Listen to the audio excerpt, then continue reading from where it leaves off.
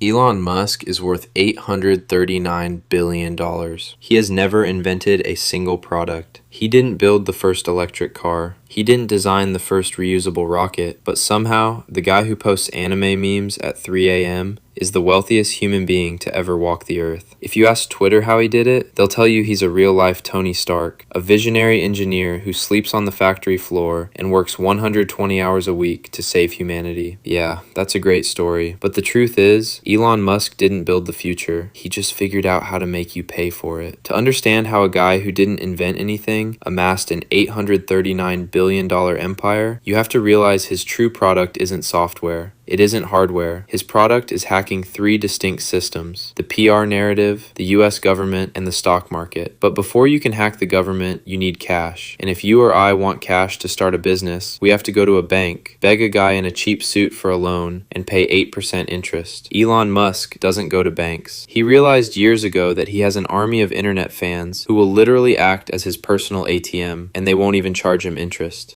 This is Hawthorne, California, November 2017. Elon stands on stage and announces the Tesla Roadster 2.0, the fastest production car ever made. He tells the crowd it's coming in 2020, but there's a catch. To reserve one, you have to hand Tesla a $50,000 deposit today.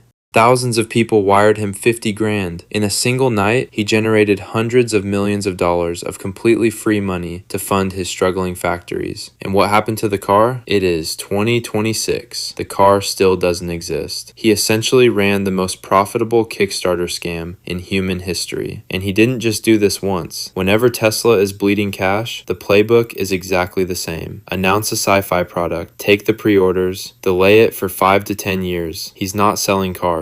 He's selling vaporware. But the absolute masterpiece of this grift is full self-driving. For over a decade, he stood on stages and told the world that Teslas would be fully autonomous robotaxis next year. Based on that promise, millions of people paid 15 grand to unlock the software. $15,000 for code that still hallucinates and tries to drive into stationary fire trucks. He didn't need to invent the future. He just needed to promise the future, take your cash today, and never deliver it. He legally stole billions from his own customers. But stealing from customers only makes you a normal billionaire. To hit $839 billion, you need to go to the biggest casino in the world, the US taxpayer. It is 2008. SpaceX is completely broke. They have failed 3 times. They barely get their 4th rocket off the pad before the money runs out. Then, a miracle happens. NASA swoops in with a $1.6 billion contract.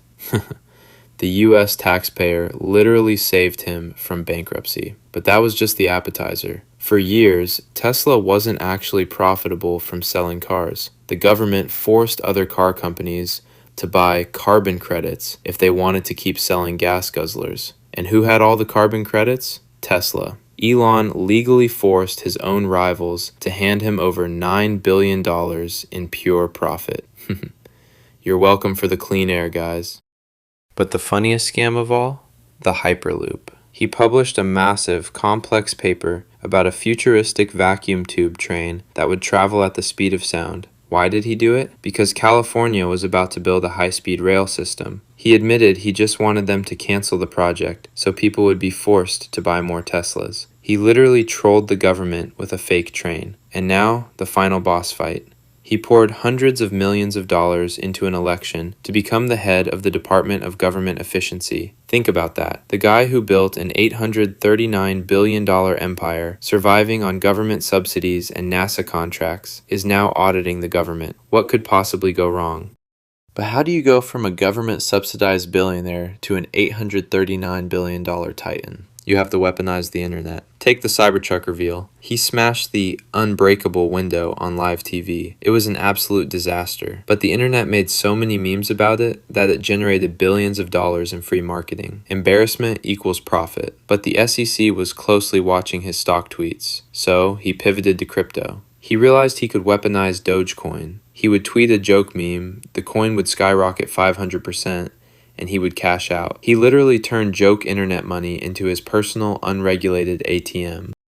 And that brings us to the ultimate purchase. Why spend $44 billion on a dying app like Twitter? Because when your entire wealth depends on hype, you need to own the hype machine. He walked into headquarters holding a literal sink just to make a terrible "let that sink in" pun, fired half the staff, and destroyed the iconic Bluebird logo. Why? Just so he could name the app X, a single letter he has been weirdly obsessed with since 1999. He didn't engineer the future. He engineered his fans' wallets and his own Twitter feed. So while you argue in the comments below about whether he is Iron Man or a supervillain, remember this: your attention is exactly what keeps his stock price up. The shitpost worked.